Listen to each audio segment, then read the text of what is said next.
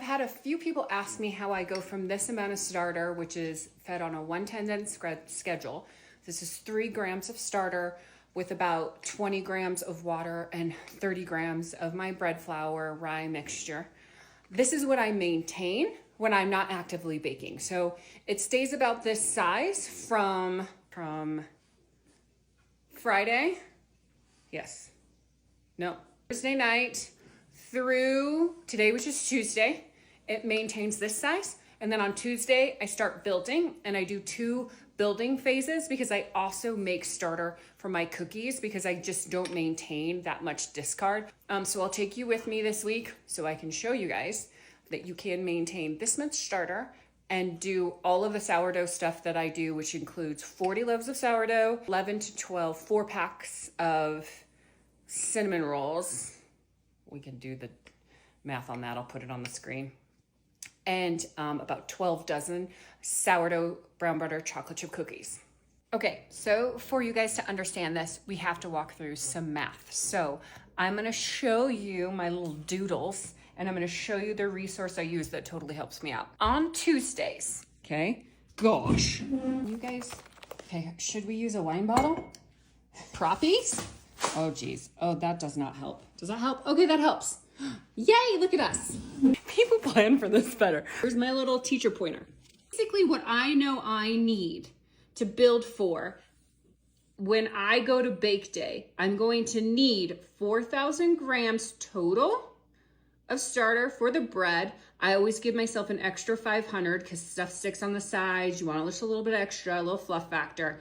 Plus I need 120 grams for my cinnamon rolls for a total of 4,620, and I just round up to 4,700 grams, okay? So in order to get to a total of 4,700 grams of active starter, I know I'm going to need 224 grams of starter the night before to build that on a 110-10. Well, how do you know that, Carly? Well, let me show you this little resource. And if you guys don't follow that sourdough gal, she's fantastic. She's a great resource. She tests tons of recipes. I don't even know her. I just have loved her, found her primarily, shockingly, through her one resource that I literally use on the weekly. And that is on her website. She has a sourdough starter feeding ratio calculator where you could just put in, hey, I need this much starter and this is what I feed. I always feed on a 110-10 and I use her resource. If you guys, we can get into in a different video how to calculate it on your own without a little cheater calculator. That's a different video, but I just find I just use this resource, plug it in, and I don't have to flub with math. So I know that that's my total amount that I need, okay? So on Tuesdays, I do 2 things on Tuesdays. I brown butter for the cookies and I start building starter. So that's my Tuesday schedule. So I know that I need 720 grams for my sourdough cookies. Now this doesn't have to be active, so I can flub it up and use a little bit in my fridge, which I will tell you what I do in a minute because I cheat just a hair. I do cheat a little. You can cheat a smidge with a very reliable starter. I'll tell you how. So I know I need 720 grams, plus I'm going to need that 224 that we got down here in order to get this, because like I said, I do 40 loaves plus my cinnamon rolls. All that calculates to 4,700. Go to Sourdough Gal, this at a 110-10 starter, that's how much starter I need. This is how much water and flour in order to mix it up to get the whole starter. So that is where this math is coming from, okay? You get 224, which is what we need for our loaves and our cinnamon rolls, plus the 720 for our cookies is 944 grams, and I round up to 1,000. That is 48 grams to get, props to teachers, because I'm just talking and I don't have a little lesson plan for you guys. So I need 1,000 grams, okay, 1,000 grams of starter for tomorrow. So tonight, and you guys will go with me, I need 48 grams of starter to build to get to our 720 for cookies, plus our 224 that we're gonna need tomorrow to build for Thursday's dough day. That makes sense? Got it? I'll show you how I kind of cheat. Okay, whatever scrapey device, put that in, zero it out. this is usually about 40 grams. Let's see. This is trying to make me a liar. It's like usually right around like 40, 42 grams.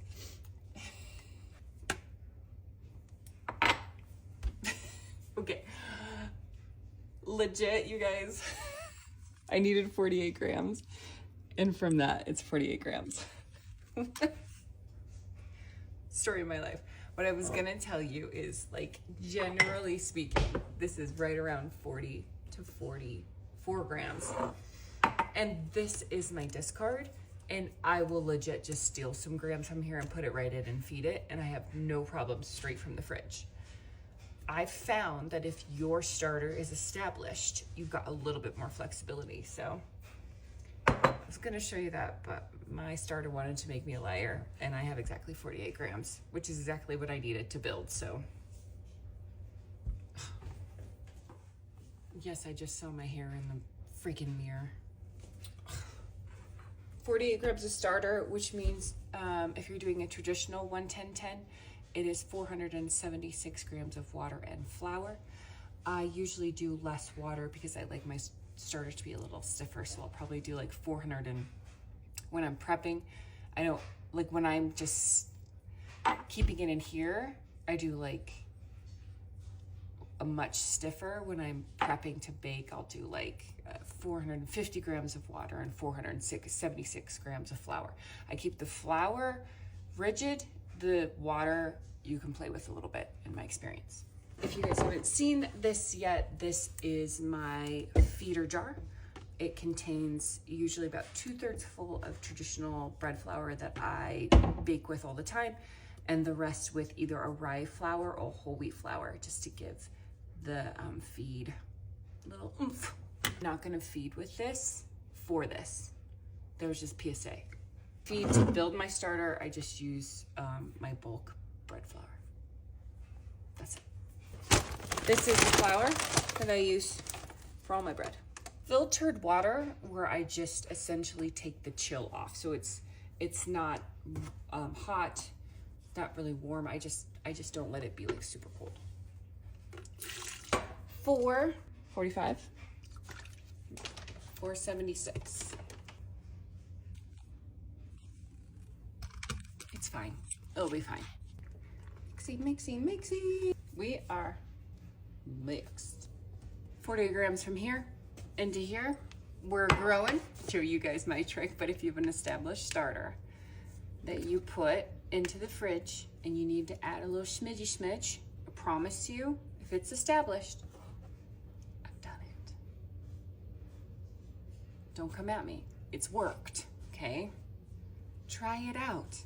It's not an exact science. If somebody tries to tell you something is exactly, should be only this way in the sourdough world,